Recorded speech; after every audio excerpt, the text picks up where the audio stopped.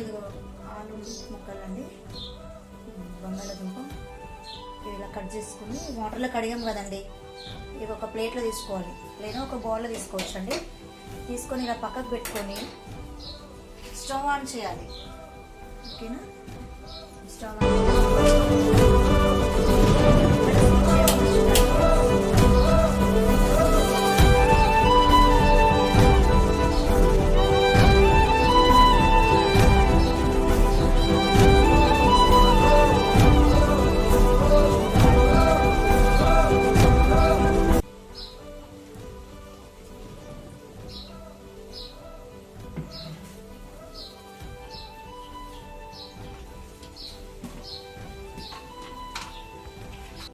Hi friends, చూడండి ready అయినాయండి ఆలు చిప్స్ అండి.